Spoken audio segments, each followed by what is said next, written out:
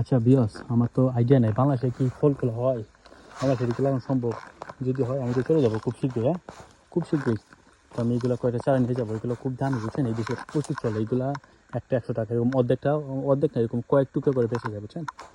এই যে এখনও কাঁচা, এগুলো সিদ্ধ করে রান্না করে খাওয়া যায়।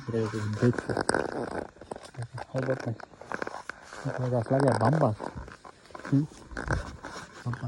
এদেশে মানুষ গাছ কাটেই না, বাংলা যেমন গাছ কাটে এখানে এখানে এখানে গাছ কাটতে দিবে না। যদি কাটে সেটা সরকারের মাধ্যমে অনেক কিছু ব্যাপার স্যাপার। ব্রেড ফুডের বাগান, এটা হচ্ছে ব্রেড ফুড, বিশাল বড় বাগান, বিশাল